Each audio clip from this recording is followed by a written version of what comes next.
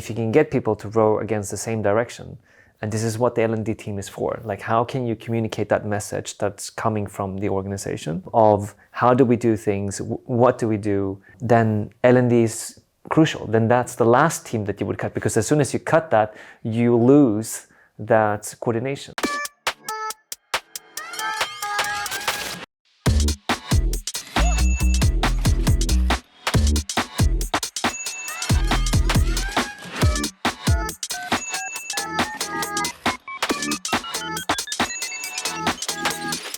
I think one of the first things I want to understand is why does like a company like Klarna, but a company in general, need a learning team? It's a good question, because very easily we can end up in a place where the company doesn't need us, where we might not be used in the right way. So I think that if you do have a learning team as part of the company, I think it's really important for that team to be very connected with what the business wants to achieve, to be really connected to the language that they speak. Otherwise, again, as I said, we might end up in a place where we're not needed.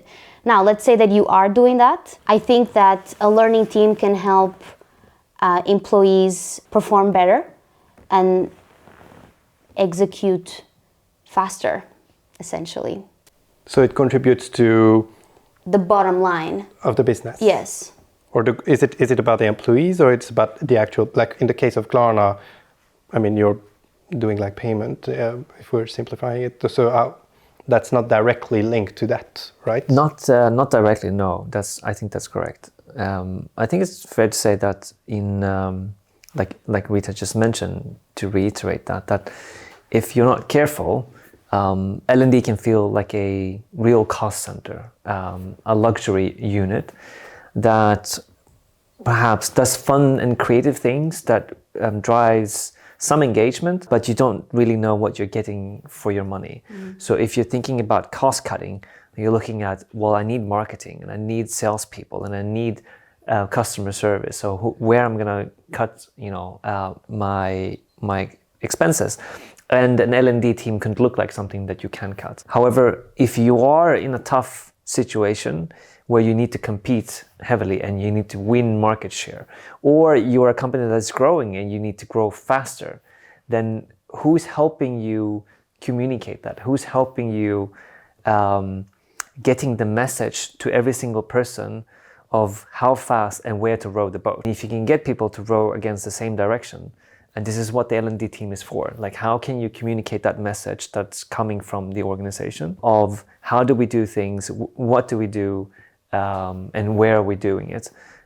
Then L&D is crucial. Then that's the last team that you would cut, because as soon as you cut that, you lose that coordination. You are like one of the first or one of the last member of the team to join, right? You're the newest member of the team. Like, did you feel that what they described was sort of like in place when you joined, like that this was the objective that were told you? The first thing that I realized once I joined the team, that L&D is not about delivering training or designing a training program to all the employees. And this aligns with what you just mentioned, because we want to make sure that the employees have the right skills and the right time and they get it when they need it. And this will make them feel like they are developing their career while they are at Klarna. And I just felt this from the moment that I joined the team. Like, you can see barely everyone in the team. We're not doing a training every day. We're not going there and like delivering and designing programs every day. We do other things to make sure that the whole journey is going for the whole employees at Klarna. Like what? Like making sure that they're compliant, making sure that like we connect with all the groups and make sure that what kind of skills that they need in the future that we need to do right now, and how can we make sure that these skills are there.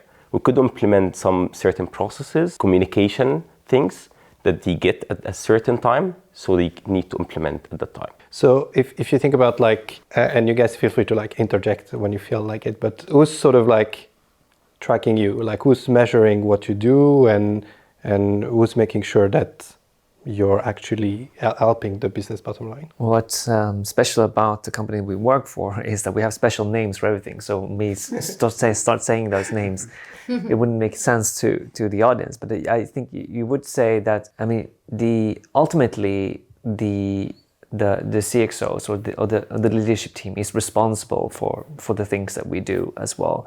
And so the things that we need to prove works ends up there. That's where it goes. And on your do you feel that this is something that is constant on your day-to-day, that is pressured, or you're free to explore things that might not have a direct return? It's more that there's a North Star and strategic goals in place, but then there's a freedom for us as an organization, because the L&D organization is quite big, so and with multiple teams, so there's some level of autonomy to, of course, and creativity in how you reach that goal. Yes, I think it's both ways, like Philip said. In a way, yes, we do have a direction from the business that is, set by what we call our sponsors. But at the same time, I would say that we are expected to act as the experts in this particular area. So I would say that even though we have something to achieve and that we have this vision for the company, what we do, we would be the ones to know how to do it best. And I think our stakeholders do expect that from us. They expect us to know how a great training looks like, know how a great training will help the business moving forward, all of that. So I do think, and that gives us freedom and responsibility, of course, but it gives us the freedom to shape our own roadmap as we want. So if you look at your 2021, what was your objective for the year? How did you structure the year? The company's objective is to grow quite aggressively. I think, like Rita mentioned in the beginning, the whole point of our organization is to help the company execute faster. So how can we help people know what to do faster and do what they do better and also faster? Our main objective was to find ways where, if we would ask that question, the things that we're doing now, is that going to help the company grow faster or not? We wanted to make sure that we had programs and processes in place that could help scale. So anybody in any part of the organization is going to need help in structuring, first of all, how to onboard people into their domain and their competence. They're going to need to upskill people. So for example, if you work in the sales domain, you're going to want to learn how do people handle counter arguments? How do they negotiate rejections? Where do I go to find stuff? How do I do, which teams do I work with? All of these things needs to be taught effectively. And so we made a lot of promises on supporting those initiatives to make sure that things that were produced and created were not only being created, but also created in a way that it upheld a certain standard and helped the company actually move faster. I remember having this idea of the ripple effects. So everything we do in a way has a ripple effect. In 2021, we chose our initiatives.